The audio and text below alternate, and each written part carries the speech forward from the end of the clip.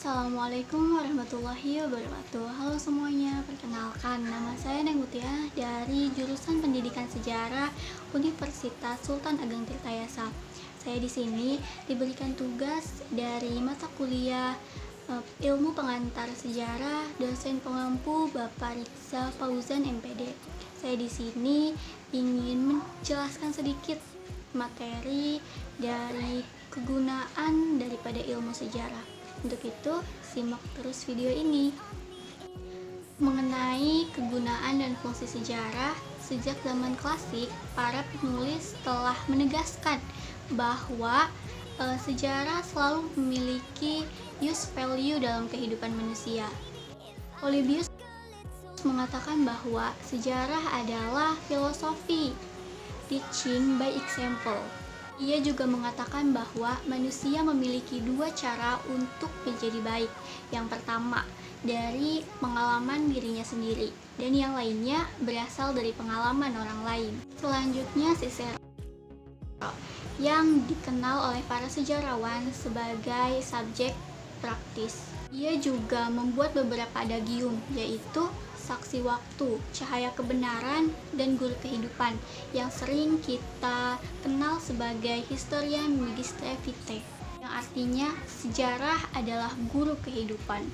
Tacitus juga mengemukakan bahwa fungsi tertinggi daripada sejarah adalah untuk mengemukakan bahwa perbuatan-perbuatan jahat atau evil untuk dikutuk oleh generasi selanjutnya. Selain itu, baginya sejarah adalah suatu pengajaran bagi masa sekarang dan juga suatu peringatan bagi masa yang akan datang.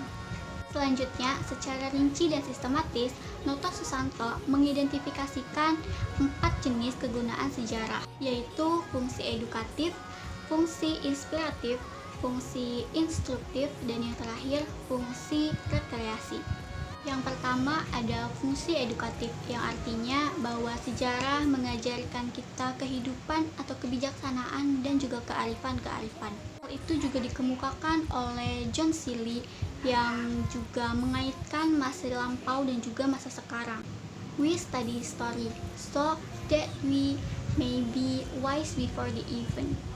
Mungkin kamu pernah mendengar tentang ungkapan sejarah mengajarkan kepada kita, ataupun kamu juga pernah mendengar bahwa belajarlah dari sejarah. Nah, di sini kita tahu bahwa ternyata sejarah itu penting bagi kehidupan kita. Yang kedua adalah fungsi inspiratif, yang artinya adalah dengan belajar sejarah kita dapat memperoleh suatu inspirasi. Sebagai contoh, melalui belajar sejarah dari bangsa kita bisa meniru ataupun lebih baiknya kita bisa menciptakan suatu sejarah. Dengan belajar sejarah, kita bisa memperkuat daripada l'esprit de corps, yaitu spirit dan moral. Mungkin banyak dari kita yang berasal dari sekolah kejuruan ataupun keterampilan tertentu, di mana pembelajaran sejarah itu dapat sangat membantu bagi pembelajaran kita. Sebagai contohnya adalah navigasi, jurnalistik, senjata atau militer, dan lain sebagainya. Masih banyak lagi. Selanjutnya yang terakhir adalah fungsi rekreasi.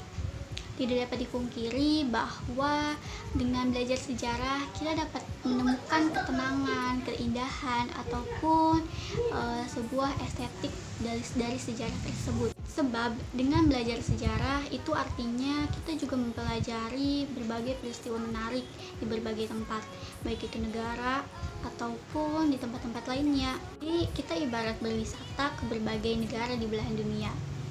Menurut Dasuki, pengetahuan sejarah yang diajarkan di sekolah itu serba tafsir.